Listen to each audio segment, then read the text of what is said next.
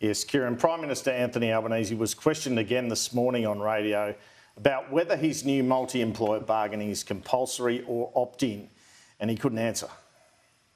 We don't seek to impose changes. What we seek to is to have discussions. Business is already saying if it's compulsory, that's a red line issue. So that's why I'm asking the compulsory question. Lots of people are saying lots of things, Patricia, and they'll continue to do so. That's the way that bargaining works in our system, Patricia. You have lots of statements made, and when you actually cut down to what the detail is, it's possible to get agreement. We will work through those issues. Well, at the moment, as one government source put it, single enterprise bargaining now is usually opt-in, so hard to see how the new system would be compulsory.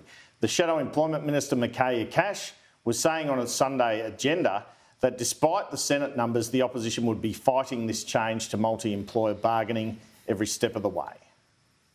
The last thing small businesses in this country want is a union thug turning up on their doorstep and pressuring them into doing something they don't want to do. Peter Dutton and the Coalition, we will fight this every step of the way. Michaelia Cash was also scathing yesterday of that Tony Burke letter to the Fair Work Commission the opposition were criticising in Question Time, with the accusation from the New South Wales Government that it might constitute a breach of the Fair Work Act with Tony Burke interfering with the rail dispute. That's what they're alleging.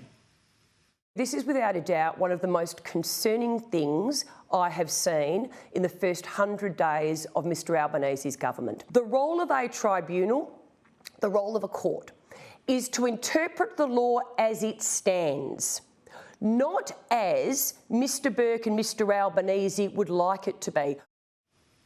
Well, in the Australian Financial Review today, former ACTU Secretary Bill Kelty described the Better Off Overall test introduced by Julia Gillard in 2008 as crazy, arguing this had always meant that workers could not negotiate better wages.